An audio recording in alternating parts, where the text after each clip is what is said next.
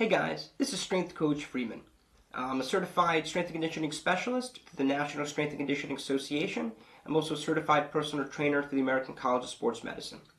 In today's video, I want to talk about a relatively new group of athletes known as eSport athletes, professional video gamers.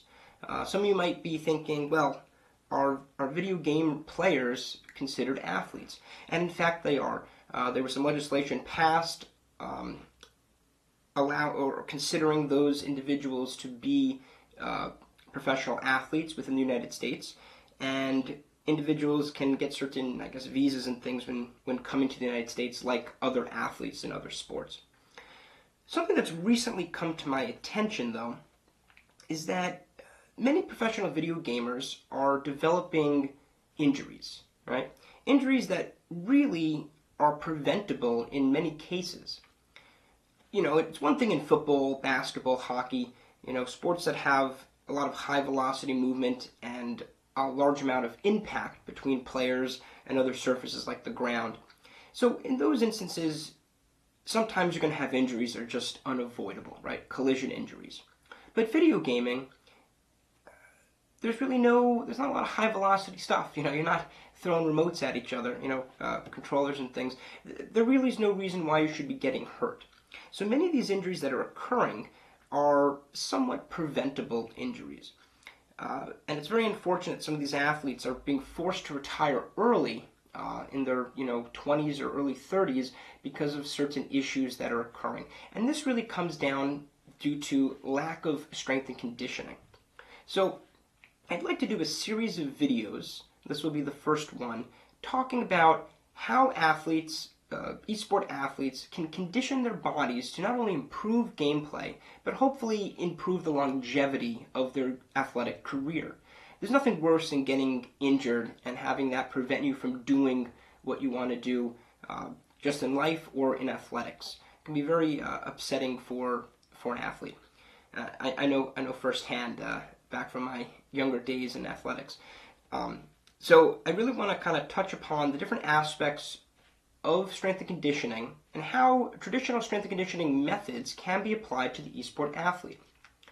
So my personal breakdown of how I do strength and conditioning, each training session really has 4 components, right? All these 4 components really need to be there to have an effective training session.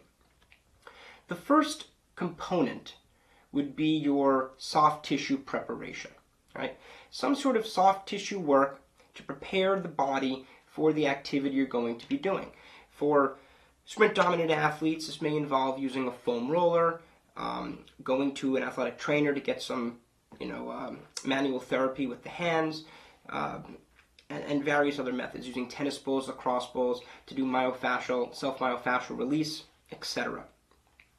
The second step would be your physical preparation activities, sometimes known as dynamic warm-ups or corrective dynamic warm-ups. And these would involve different active movements, active stretches, to prepare the muscles and the connective tissues for the activity that you're about to be doing. And this is very important for improving mobility and also getting proper blood flow to the muscles, and also getting the nervous system kind of stimulated, right? Getting that neural control underway and that neural firing happening. Right? Sometimes also some exercises are referred to as neural preparation exercises in this category. Next, you'd have your actual training session or gameplay. So in the case of an athlete, if they're going to the weight room to do some strength and conditioning, this would be that stage of their training, doing their resistance training or conditioning exercises. For as well, in competition, this would be that phase as well. So let's say they had a game, they should be doing their proper soft tissue work, and then their movement preparation stuff, right? So step 1, step 2, and then step 3 would be either gameplay, again, or a training session. And then finally, you'd have your recovery. And that would be post-gaming session or athletic session. And at the end of this, you'd be doing your static stretches. These are the traditional stretches that I think most people probably learned back in elementary school when the gym teacher had you bend over, touch your toes, and count to 10 kind of thing. So these static stretches are beneficial to do, but not prior to exercise.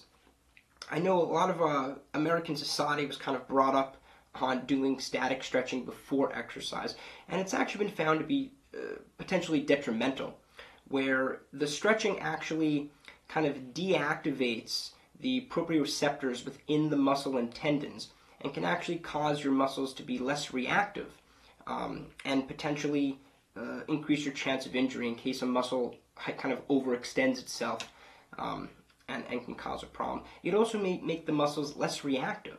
So when you're actually playing the game, your movements might be a little, slightly delayed. We're talking fractions and fractions of a second. But still, in many sports, fractions of a second can make all the difference, especially in a fine motor skill-based sport such as eSports.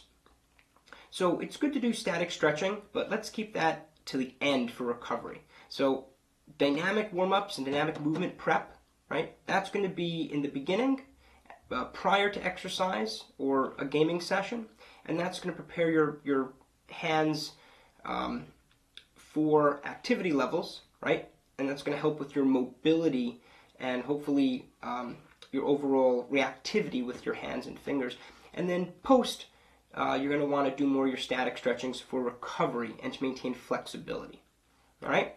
So that's the main breakdown of how the training should be conducted. So in the terms of a video game player, right, or anyone that really works with their hands, right, whether you're a professional driver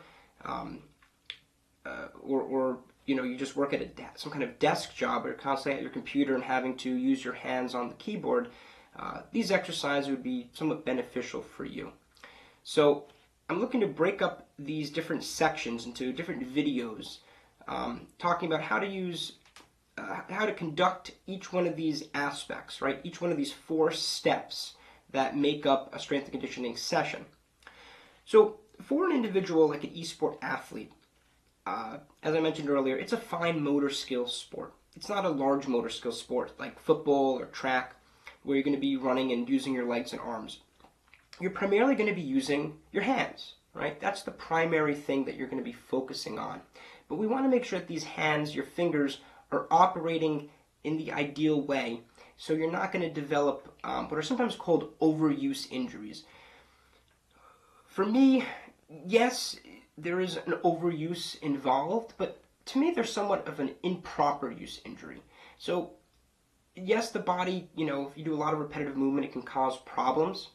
But if you're doing these repetitive movements correctly, with proper motor patterns and with lack of dysfunction within the part of the body that you're using, you are much less likely to actually develop some kind of chronic injury or acute injury.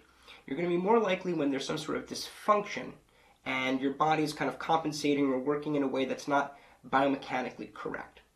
So part of the videos that I'm going to be putting out will break down how to correct imbalances within the hands so that you're functioning properly, hopefully to prevent some of these issues from developing in the future. So although hands are the primary aspect of video gaming, of course the fingers are controlled by muscles, many muscles and tendons that are actually into the forearm. So we're going to be talking a little bit about the forearm as well. So the hand, the lower part of the arm, a little bit of the upper part of the arm, because some of these muscles actually cross the elbow. So we'll be talking about this whole area. And eventually I'd like to even get into some exercises regarding the shoulders, the neck, the back, and even the hips. Because these are all aspects that, although you might not be moving your hips and back very much during video gaming, sitting in a particular position for an extended period of time might start to put strain on the neck or the back muscles depending on how things are going to be positioned. This may also cause some tightness at the hip depending on the seat you're in and how long you're sitting. So ideally, we want to approach eSports like we'd approach any other sport and really train the entire body. But I will focus initially on the aspects that will be most effective for a video gamer. And again, that would be more of the hands, and the arms. But eventually I'd like to get into more full body training to keep your body going and allow you to perform to your maximum level of training for the maximal time duration possible, right? So we want to extend how long you're going to be playing. It's great to have a career, but again, if that career ends early, would you rather have a 1-year career or a 10-year career?